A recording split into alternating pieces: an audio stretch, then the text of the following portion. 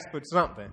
Right in this hotel 6 months ago, she stood there and she said, Marcel, I'm going to be your next success story. And she shook my hand, and I knew you were like a former athlete because my hand started hurting while we were shaking hands. She was a professional basketball player. And I was like, she looked me in my eyes, and this one I knew. She gave me the same look Jonathan De La Cruz gave me in 2012, the gentleman in the wheelchair. And she said, I'm going to be your next success story, and I want to be in your highest coaching program. I want to work with you exclusively. And I knew from right then and there she was going to be a superstar. And here we are 6 months later, 5 months really, later, $63,799 later. How many of you would like to put yourself in a position to make $63,000? Mostly everybody.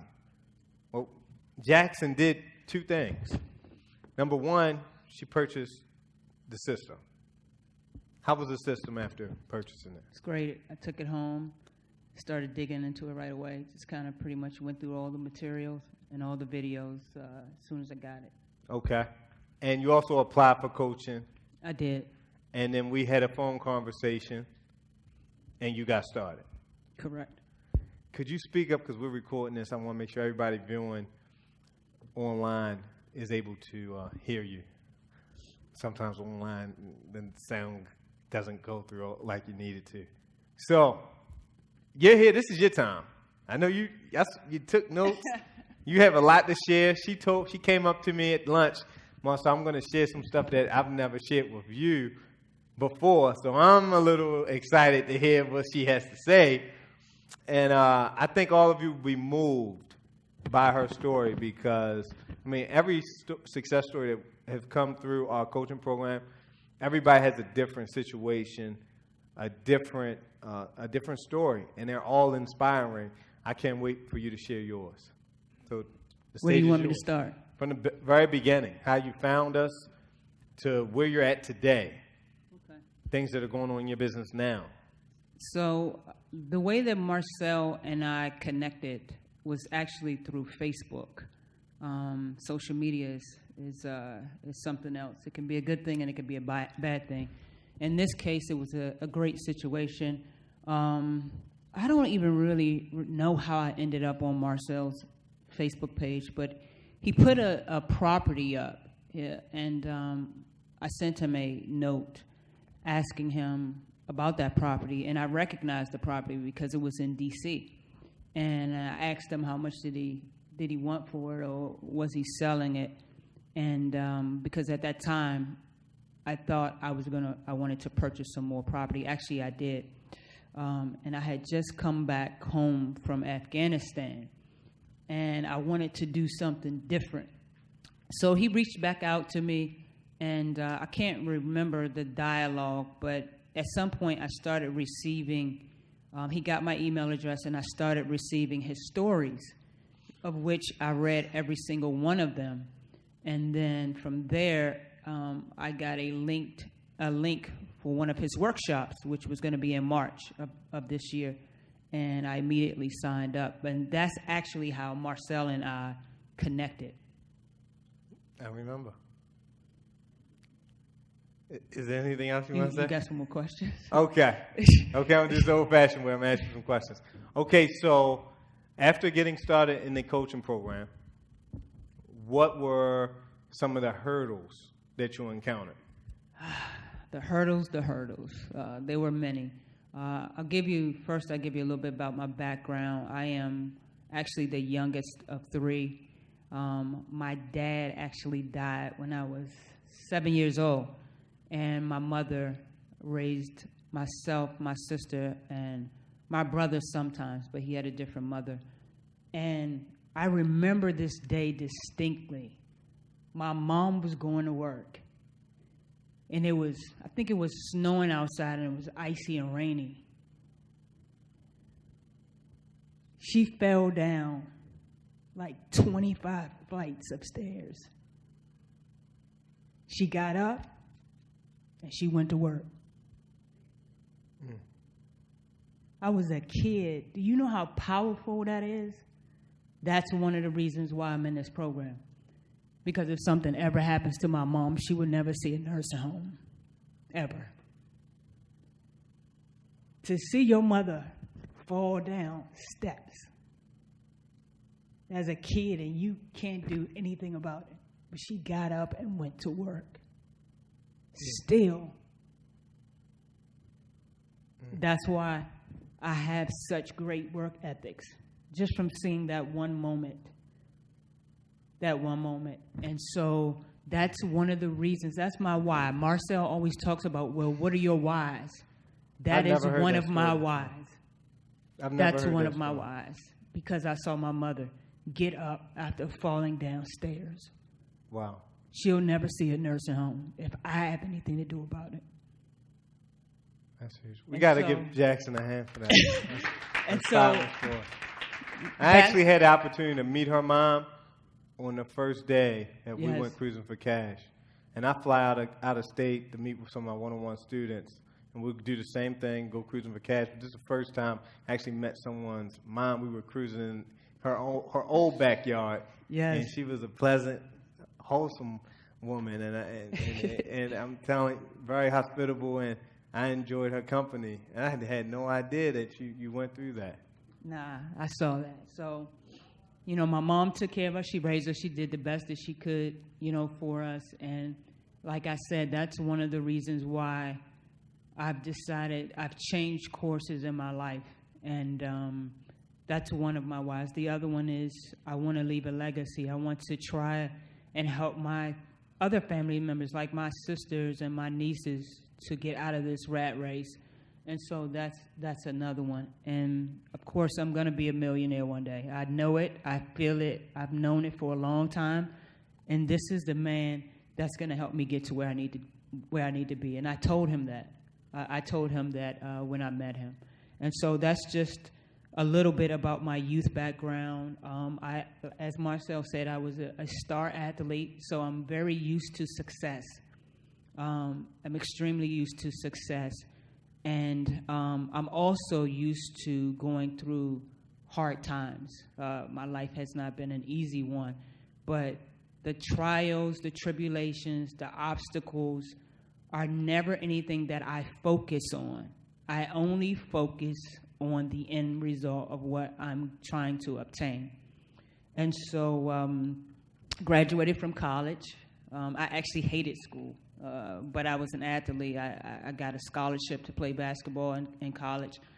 And I have a degree in computer science. I spent some time working in the intelligence agency for the FBI, the CIA, the NRO. So she did her background check on me. So I've been trained by some of the best, as you would say, in the intelligence world. I'm a trained killer. It was okay. Some people would be very fascinated by that life. I was just like, blah. I was bored. I did it. I've traveled all over the world. I've been to several countries, different continents, Dubai, Africa. I've been to Afghanistan. I've been to Malta. I've been all over the world. But it was still not satisfying to me. It was still something in me that says, I'm supposed to be my own businesswoman.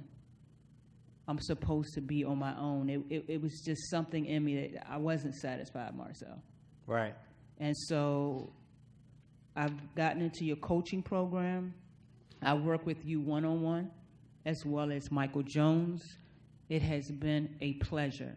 It has been an honor to work with these guys. They are very, very knowledgeable. Please do not, if you're going to get into this coaching program, please utilize them. They are very, very knowledgeable men, and they're very patient, and they want you to succeed. Marcel was so happy for me when we closed this deal, but I'm never satisfied because I know where I'm going. He was extremely happy for my success. And I don't know if you have any more questions. I'm just kind of rambling on right now. But, I do. You hit some hurdles. Oh, yes. Your first 3 weeks. Yes, You yes, kind of yes. touched on it with some of our clients at the VIP event last night, Sure. but I want them to know you were out of the game. Like she started in March. No, when did you start? Well, I came to your workshop In in March. March. We got started April. at pretty much right away at the end of March, April. Right. We But did. then you didn't get. She didn't really start until May. So it took her 5 months to get to this point because something happened, tragic, and she's going to share that.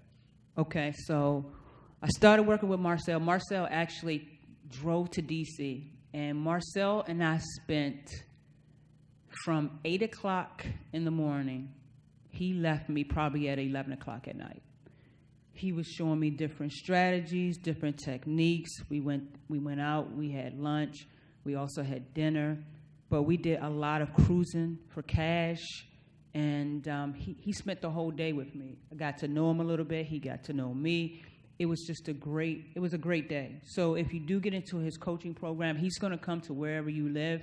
He's going to take you out. He's going to show you exactly what you need to do. And he's going to get you started. He's going to want to get you started right away. We spent some time at the courthouse. And so let's fast forward a little bit to this tragic situation that occurred. So I believe it was on Palm Sunday, actually. And I ride a motorcycle. I had a Yamaha R6 at the time. And I was out with my bike crew. The first day, not to cut you off, Yeah. she showed me her motorcycle. And I said, let's not get on that anymore.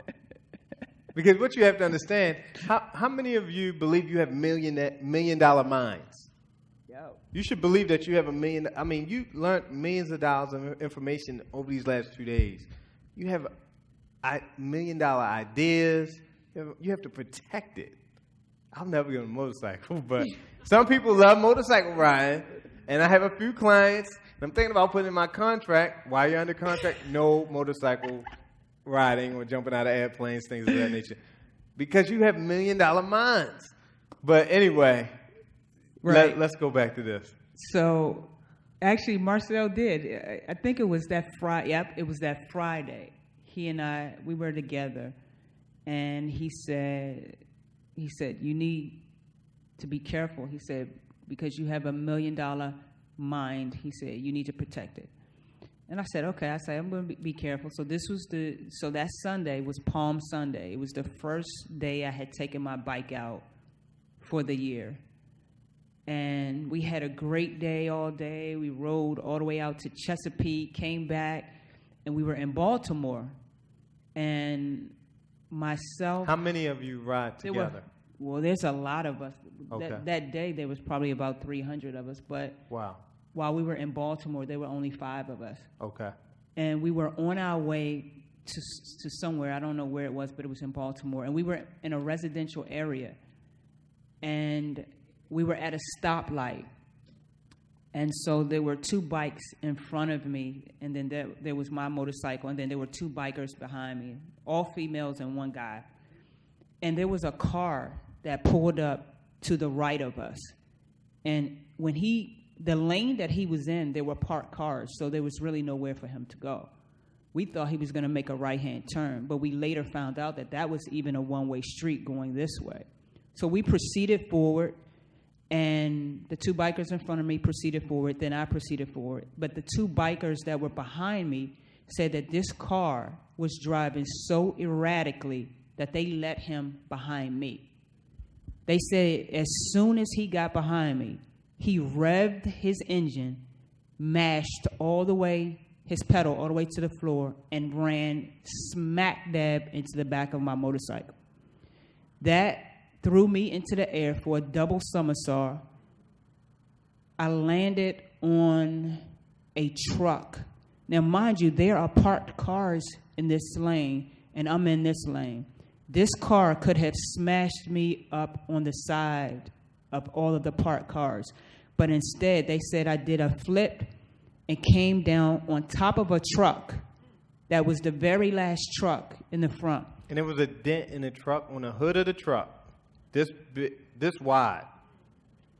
She's not that big. So she had to come from, high up, Yeah. can make a dent in a truck. They said this was a hit and run. He kept going. Now, mind you, if I was still on my bike, he would have drugged me all the way up the street. I would have been underneath that car. They said he kept going. The two bikers that were behind me kept going, and they got the license plate. The two bikers that was in front of me stopped to make sure. I got up immediately. I don't know how. There was a fire department right in the same block. They came running down the street. Helicopters were dispatched because this was a hit and run. He kept going. And so come to find out that this was a 19-year-old kid that did this. And so at some point while we were at the scene, bunch of fire departments, ambulance, police officers, there was this lady that had all white on. I don't know where she came from. I was probably pretty much in a daze. And she said to me, she asked one of my bike crew members, she said, where is the person that got hit on this bike? Because by this time, the bike was on the ground and it was totaled. And so when she met me, she said, I don't know who you are. She said, but God has you here for a reason. Right. Amen. That incident, and we had a lot of momentum. Yes. We had a lot of calls. We were getting a lot of potential deals. So that momentum stopped because I was out for about a month. It was about a 3 month. weeks. Yeah, about a month where I didn't do anything. And out of that accident, the only thing that happened to me was I had a rotary tear cuff in my left arm because when I landed on my left shoulder. Wow. Let's give That was Jackson a hurdle hand. number one. It's a miracle that she's still here. I don't know the statistics for motorcycle accidents, but I'm pretty sure they're pretty high in fatalities. There have been a lot of deaths this year for motorcycle riders. And just as a word of caution, I don't know how many of you, when you're out there and you see bikers, cars just do not respect motorcycle riders. They just don't. They try to beat us. They try to hit us. They try to bump us. And anything you do, if you touch that tire, that biker is going down. There's no way that he's not. And so the lady told me, that lady that had on white, she said, you should have been dead, but God has you here for a reason. And so that was our biggest hurdle. Right. That was our biggest obstacle during this whole process here. And I knew when you made it through that, I knew that no property, no seller was going to stop you from achieving success in this business. Because I've watched people get started, and the first obstacle that comes in their way, the first hurdle, they retreat. They quit. And they never even had the chance of starting a true real estate business because they quit the first moment of defeat. So when you got through that, I knew she was going to be a successful real estate investor. I knew from day one when she met me in the back, had stayed with me. And I love working with people like Pamela Jackson because they're serious. From the moment she purchased a ticket to come to this event online through a shopping cart, she didn't come to a free seminar. She came through an online email I sent out, and she wrote a comment in the notes section to me saying that she will be one of my top earning students.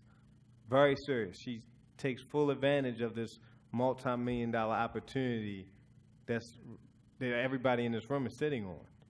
It's some people that take full advantage of it, and I just believe that everybody has the talent to do it, but do you have the initiative? Do you have the will to stay in the game like Jackson? So we talked about some of the early hurdles, Right. but let's take them into some of your deals. You had about 5 deals that fell apart. Yeah, I wrote some of them You down. wrote them down, so you can take us through some of the hurdles that a lot of wholesalers, real estate investors hit all the time. I may put 10 properties under contract in 1 month, but out of the 10, 4 are only going to sell. The other 6 fall apart because maybe we don't have a buyer for that particular type of property. The price point was wrong. We were wrong on our numbers. The title work was bad. There's not enough spread in the deal to take care of liens and things of that nature. So you're going to run into hurdles. If you have the goal. I remember some of your goals were to get into buy and hold and rehab investing. If you let some of these wholesale deal hurdles set you back and you retreat and you quit, don't even think about getting into the other niches because there's more risk and then there's more hurdles because now you're getting into relying on people. We have to get you to rely on yourself first. But when you start hiring contractors, electricians, plumbers, demolition folks, carpenters, roofers, you're now managing someone else. And if they mess up, you're going to have to be willing to go in and clean their messes up by hiring even more people and becoming a good manager. So the higher you go up the success ladder, the more responsible you have to become. But at the wholesale level, the first person you have to become responsible for is yourself. And once you master that, you can become responsible managing other people. But let's take them into some deals. Sure. I just want to say one more thing is when I had my accident, Marcel called. He called to make sure I was okay. It's not just about business with him. He really cares about, I saw that he cared about me as a person. He called, he wanted to come by. I was just resting. And he showed me that it's not just about money with him and it's not just about the business, but he showed that he really cared about my well-being. And that meant a lot to me. Thank you. And so one of the deals that we came across was a Pennsylvania Avenue condo where a lady was very motivated to sell this condo. She called me. I was like, Pennsylvania Avenue? Exactly. Where the White House is. Exactly, in Washington, D.C., Pennsylvania Avenue. Okay, hold up for a second. And I immediately called Mike, like Jackson. I always say, I call her Action Jackson. And I say, Mike, Jackson has action on Pennsylvania Avenue. It's a condo. I don't know if it's a deal, but she's gone through a lot. This was before your accident? This was after your accident? This was before, I believe. Oh, it was before? Yeah, because I had a lot of activity before. Okay, you did have momentum. And I was like, let's just analyze the deal, because condos are very hard to wholesale. You have condo fees you have to worry about, and then the price. Yeah, the price point has to be right, because nobody's just buying condos as an investor. So, but this the numbers actually added up, and Mike was like, condos are selling for $320 and better in this particular neighborhood, and she was selling for like $100 or $200. It was about $200. About $200. She agreed to it. Wow. So she agreed. Let's go into this. Yeah, she was very motivated. She said she wanted to take the money and use it towards a house. So she was very motivated. Sent her the contract so that she could look it over and sign it. Didn't hear from her anymore. Called her back to find out what happened. I think I may have reached her maybe a month later, and she said that she had been out of the country. I asked her if she was still interested in selling the property. She said yes, she was going to look the contract over. Never heard from her again. Have you tried following up recently? Not recently, but I followed up a few more times afterwards. Okay. Couldn't get in touch with her. She wouldn't answer the phone. Okay. So that was one of the deals. Then we got this property that was in Southeast D.C. Now, this young lady she had the power of attorney of her boyfriend's property who was in jail. Remember her? When we went, you and I went and we viewed the property, and the police. She had the police. Yeah. She had the police outside because the tenants and her didn't get along for whatever reason. They were about to fight. tenants Yeah. and landlords. I should have recorded that. Shit. But that was a very interesting situation. It was very interesting. And in Washington, D.C., the police show up on time. It's no wait. They're there. So the landlord the girlfriend of the landlord was there. Correct. And then we had to wait, and the police escorted us into the house to show us the house. The police in D.C. will show you properties. All you got to do is call them. And they walked us right in, and we looked at the entire house. The tenants were very cooperative. Very. As soon as the police take off, they changed up. Not on us. But they changed up on that landlord, and the landlord ran to a car. She sure did. She did. We gave her the price. We gave her the price she was asking for. She said she was going to go back, contact her boyfriend that was in jail to see, if it was okay with him. Call back the next day. She was like, I don't think I want to sell. This is how D.C. is. Anybody that's working in the D.C. market, just get ready. Because these people change their minds like they're playing hot potatoes or something. Mm-hmm. So we let it go. Then she called us back and said that she was ready to sell again. Then she said she had to go down to the courthouse to see what she could do about getting these tenants out. Long story short, it never went through. So that was another one. Then we got this property, this particular property. It was a nice property. That's now 3 deals that did not. Was that 2 or 3? That's so two. That's 2 right there. 2 deals that did not happen. This is the 3rd one. In the last 6 months, 2 deals. Now that second deal, this the 3rd that was one. after your accident. That was the 3rd deal. Yeah, that was the 2nd one I just said. Now So the second deal was after your accident. Right. Right. So she went through a car accident, motorcycle accident. Then the next deal, after recovering, didn't go through. 3 hurdles in her first 2 months. So we contacted another. This one was through a bandit sign. The owner contacted me from one of my bandit signs, and she had a property in Northeast D.C. Total rehab. Mike went with me, and we took a look at the property upstairs, downstairs.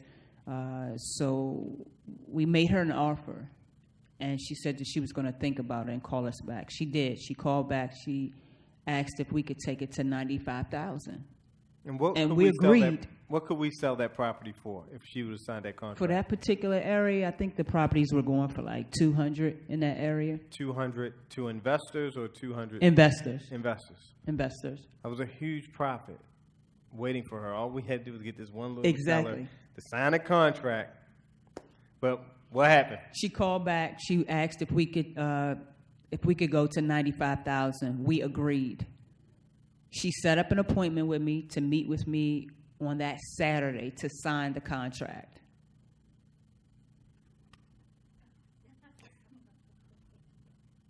The time that she was supposed to be at my house, she sent me a text message saying that her father was in the hospital.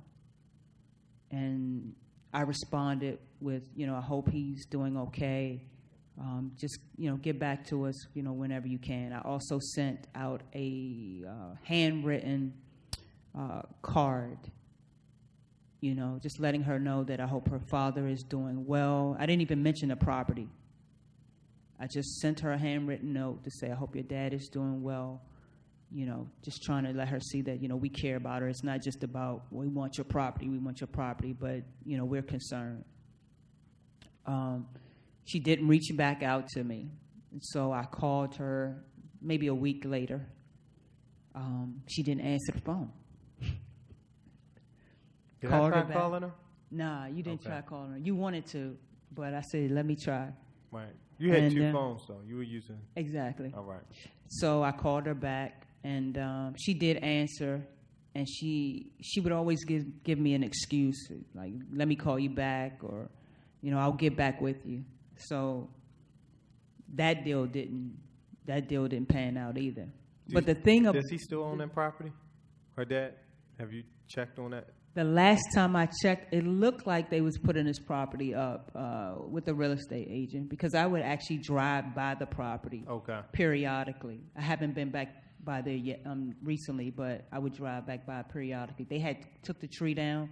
So when Mike and I was there, they had this tree in the yard. It looked a mess. They cut the tree down. They cleaned the yard up, and hopefully the city did that. I don't think so because it was on their property. Right. So that deal didn't pan out. But the thing that kept me in the game is the fact that even with these potential deals, I had so much activity. Talking to owners and talking to landlords and talking to folks from the courthouse. That's why I stayed in it, because I saw that the strategies that Marcel had were working. It's just that I hadn't got a yes. I got so many no's, especially when I called landlords. No, I'm not. I don't want to sell. You know, even though they may have had a tenant that was giving them problems, they didn't want to sell. But I received way more no's than I've ever received yeses. And so from that property, it would take us to that Hay Street property. Mm-hmm. 2 houses, 2 lots, total of 4 lots. This property we actually got under contract. And I know seller signed. And I know you gave a number yesterday, but we got it under contract for $200,000. Okay. We had buyers that were really interested because this is Deanwood. Deanwood is the next up-and-coming area in Washington, D.C. So this property was in Deanwood. And at the property, there were about 3 potential buyers. 2 of them stayed because they really, really wanted the property, so I bid them against each other. They were going to pay an additional $100,000. We would have made $100,000 profit. This deal fell through because the owner did a short sale. Was it a short sale? A quick claim deed. Quick claim deed. And I believe there were some discrepancies at the title company with a whole bunch of different heirs to the property. But the heirs were from what, like 1912 or something like that? Yes. It would have taken 2 years. Long time. The title company, it could take up to 2 years to clear the title. But we're searching right now for another title company that's willing to take on that project. So we may still, it may still be some life in that deal. But the deal basically fell apart because of the title. It wasn't insurable. And a buyer, you know, wasn't going to put $300,000 into a house that he can't sell. So let's talk about that deal because some things went on. One of the houses was a rooming house. Right. The other house was vacant. Correct. But let's talk about, you know, some of the things that went on to get that contract signed and actually to get the seller to get in contact with the title company just to make sure that they were going to settle before we even found out the bad news. So this particular property came about, again, bandit sign. He contacted me from one of the bandit signs I put in the area, and he was eager at first to sell. He was very, very anxious, which led me to believe that there could be possibly something going on. I looked up the information on trying to find out if he had any liens or anything like that on the property. And I believe I came across some tax stuff.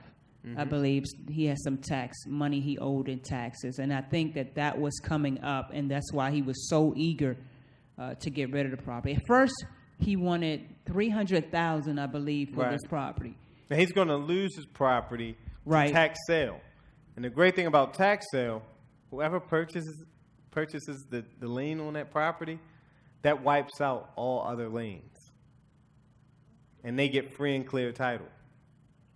So you said he's in a super lien position? Not him. Well, I mean, not him. Someone else. Of the properties in a super lien position? I've never heard of super lien position. The person that purchased the lien is at the point where they can foreclose and take the property free and clear. So he needed to sell fast. Yeah, that's why he wanted to sell, because he was in that position. And we didn't give him what he was asking for in the beginning.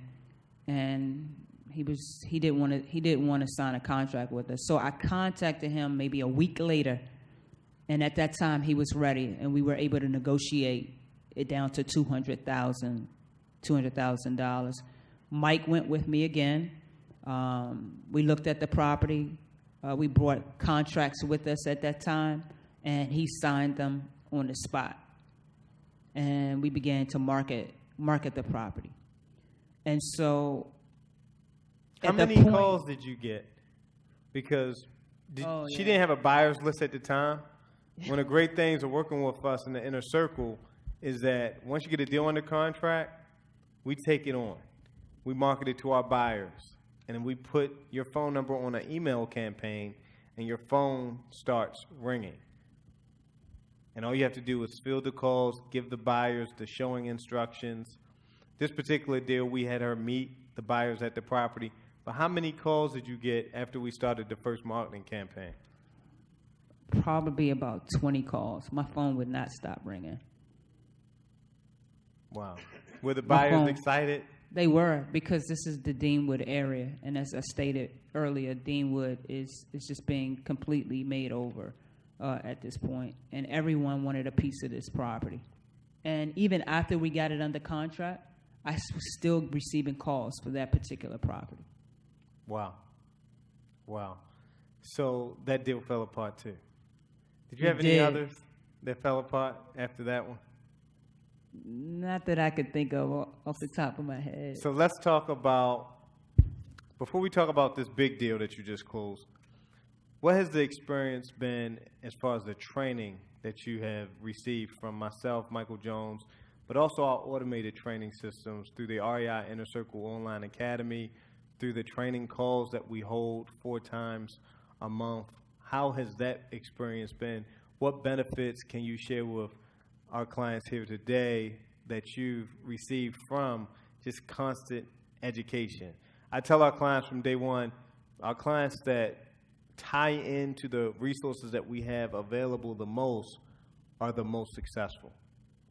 I think for me, from the beginning, gaining the system here and just going through it, what happens is the more calls you receive, the more comfortable you become with talking to the owners of these properties. It becomes second nature after a while. You don't have to think about what you're going to say. You know off the bat because you've received. So even all those no calls that you're going to receive, when people saying no, no, no, that's gaining experience. That's giving you education. That's teaching you how you should handle certain situations. And if you don't be afraid to say, well, I'm going to get back to you on that. Get in touch with Marcel and Mike, and they can guide you as to what to say. But go through the online training as well as through Marcel's system here, and utilize these guys because they're there for you. They're there for you to help you out. So the education and the training it's been great for me. Excellent. Jackson, how has let's talk about this deal. This deal that you just closed, it took 2 weeks to close. Correct. Let's walk them through that deal and how we helped you put this deal together from start to finish. I really wasn't involved in this deal. Mike was. How did that all go down? Okay, so this particular deal came about through a mailing campaign. I sent out about 2,000 mailings, and this deal became about. I received a list from Marcel, and I sent them out through Click the Mail. The owner contacted me back, and she said that the address that I contacted her at is not the address that she wanted to sell the property, but she did have a property that she inherited from her uncle, which had been sitting since 2010. So look how, I want to make sure everybody caught this. She took action on the list. Okay. Did we provide you the list? Correct, you did. We provide some of our clients lists of vetted properties that we have a team of outsourcers in the Philippines work through. So you can buy lists online from different companies like ListSource. Melissa data, things like that. However, those lists have a lot of properties that aren't wholesalable. So what we do is that we have a team of outsourcers go through those lists and give us only the properties that are wholesalable. Because list brokers, they'll sell you a list just to sell you a list, but those properties may not work for our business model. So we trained a team of virtual assistants, but we trained them as wholesalers to analyze our deals.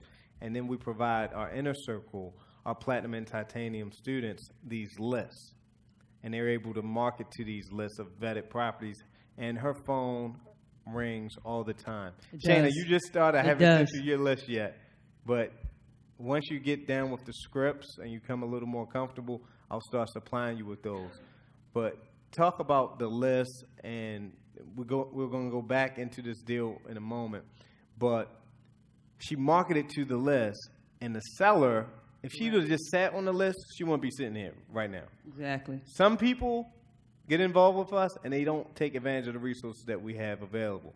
So if she would have just sat on the list, instead of just uploading the list that we send to an online automated mailing system and just hitting enter, paying, how much did you pay for that campaign? It was probably about $600. She spent $600. Mailed about $2,000. To spend $600 to send out 2,000 postcards.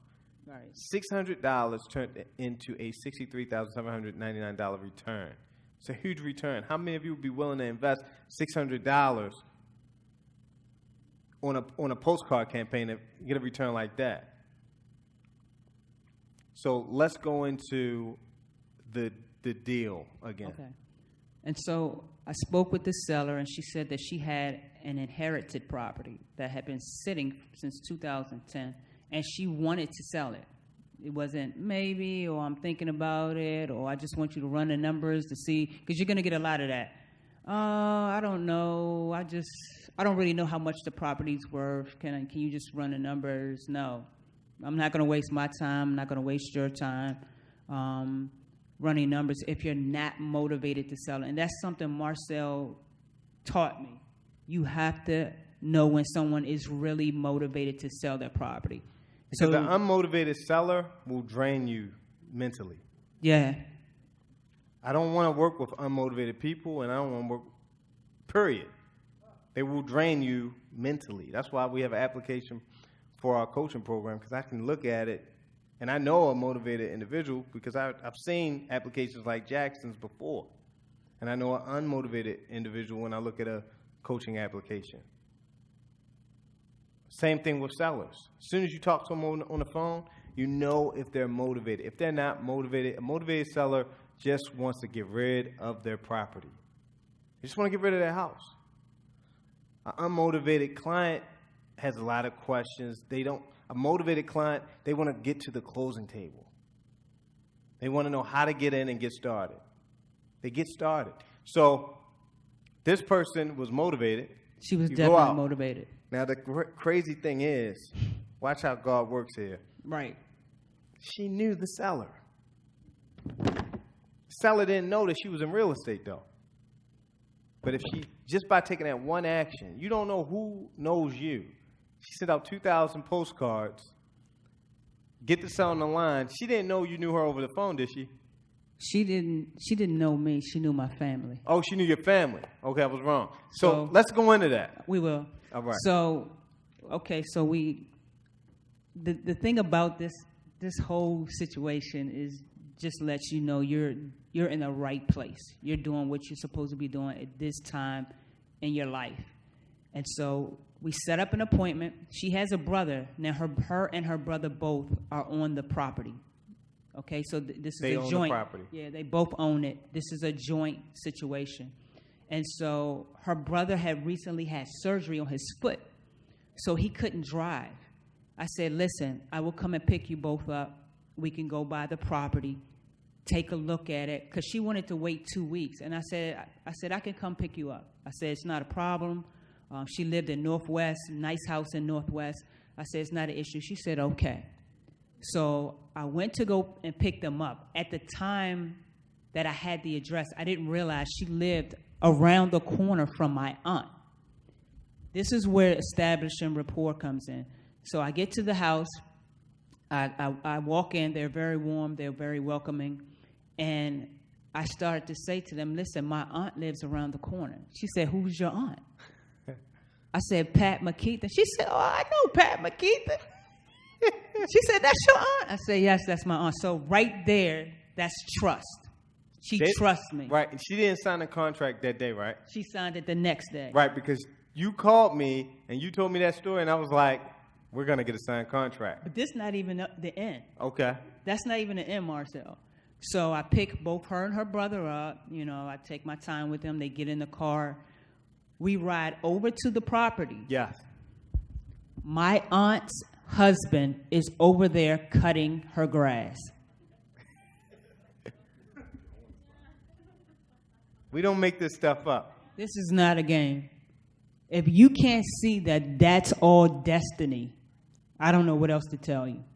He's over there. My uncle Thomas McKeithen is over there cutting her grass.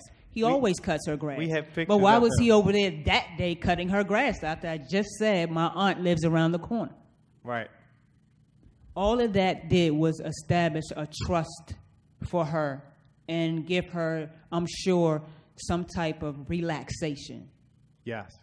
Because, not to cut you off, there was another investor. We're talking about the number one real estate market in the country. Yes. There was another investor in negotiations with this seller. Go into that a little, too. Sure. After, whatever you want to, however you want to tell that story. Yeah. That's fine. So he's over there cutting the grass. We get out the car. He gives me a big hug. It's crazy. I'm looking at this as it's almost like this is not real. What are the odds of me sending out 2,000 mailings?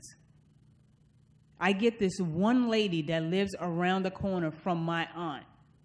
I get to her property and my uncle is cutting her grass. That told me a lot, right? That says you are in the right place. This is what you're supposed to be doing. And so she told me later that there was another investor that called her that went by to see the property and told her, you need to do this, you need to clean the windows, you need to get all this stuff out the house. That sounds like a You newbie. need to do this, that, or the other because this property isn't going to sell like this. This is what an investor told someone. You want my house and I'm telling you I'm selling this as is and you're going to give me this? So she told me that later. She said, you weren't the first investor to come by. She said, but... Where was this house located? The one you wholesale? It's in Randall Heights. And if you know where Randall Heights is, it's nothing but beautiful big homes over there. I think the ARVs in that area is between 400 and 450,000. Wow. And she told me later, she said, the reason why I went with you, not only that she knew my family. Okay. She said, because when you saw my house, your enthusiasm. Remember I talked about that yesterday. When I saw that house, Marcel, I'm a native of Washington, D.C. I was born and raised there. I know the properties. Marcel, that house was huge. I didn't see any of the junk in there. She had a lot of stuff from her uncle. A lot of stuff was in there. I didn't see any of that. I saw this huge house that had a separate efficiency with a separate interest outside. A huge basement. I saw all the potential. And a garage. And a garage. And a brand new privacy fence. Exactly. She said your enthusiasm. She said that. Write that down again. She said that Staying other lady. Enthusiastic. Act like my house was nothing. Right. You have to be enthusiastic every single day. And so. Even after you fail. Remember the quote I put up, the success quote? Success is how enthusiastic you are after your failures. Are you going to keep that same level of enthusiasm?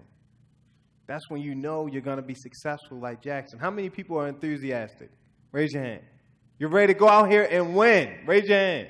Say yes. Yes. Excellent. And so not only did she know my aunts, she knew my mother. All from a male piece. You never knew this person. I didn't know her. She knew my family. Wow. And then she called my aunt afterwards. That's what it just told me, that this is not even the ice or the tip of what I'm going to do in this business. That's not a coincidence. So we shot a video at your condo in D.C. And her condo has the best view of D.C. I see the Thomas Jefferson Monument. I see the big, is that the Washington Monument? The Jefferson, the Lincoln. The Lincoln, and then the Capitol. This is all from her condo view. The best view in the city in Washington, D.C. And we shoot this testimonial video. And where am I going with this? I don't know. No, we shoot this video. We shoot this video. And her phone, this is where I'm going. Her phone is still ringing. Yeah. Oh, yeah. Her phone, she has a cell phone just allocated for her real estate business. Her phone's still ringing while we're shooting the video. We had to stop the video because she has a home office and the phone was ringing, and we had to turn that phone off because it was still ringing 9:30 at night. See, motivated sellers, they'll call you all times of night. So be ready. They'll call you all times of night, and you have to have the right systems in place to take those calls, because we're going to give you the marketing, but you have to be able to manage the leads. And she's excellent at managing her leads. You walk into her office, her home office, she has a whiteboard with all of the properties she's working on. She has a big Mac computer. She has an iPad. I mean, she's organized. You have to become organized. And that's one of the things that we do in our inner circle. We get you organized to take on what's about to happen. So let's talk about, all right, this deal's in the books. Yes, it is. How's your activity been since last week? Well, I've spoken probably with 5 additional potential sellers of their property, all in the Deanwood or Fort DuPont area. Okay. So we're still working on those. We've given numbers to some of these homeowners, and we're going to follow up. There's one home that I'm going to get. That's belief. This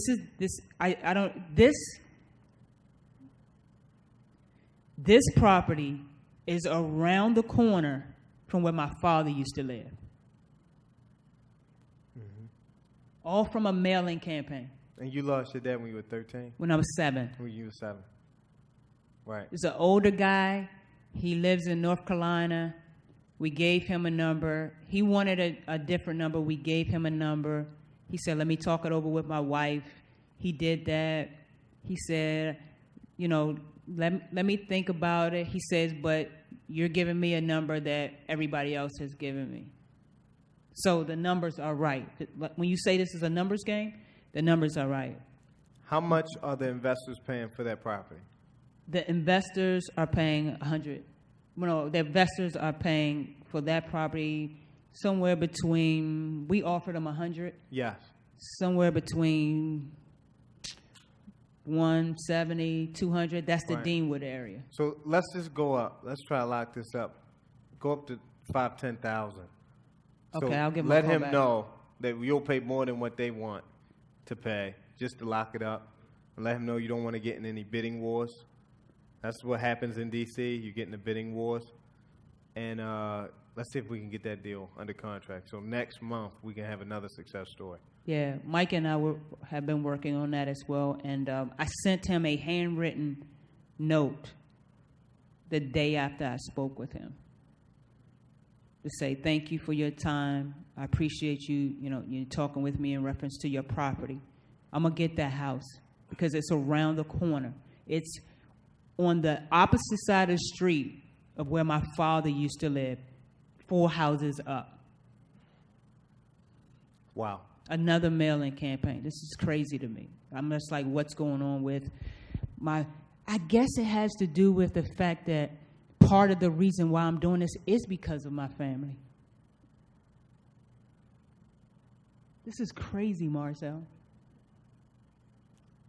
It is. You're at the right place. And It's a so sign. I'm going to get that house. I'm going to get it. Let's give Jackson a hand. Thanks for sharing. This was an inspiring story. Thank you.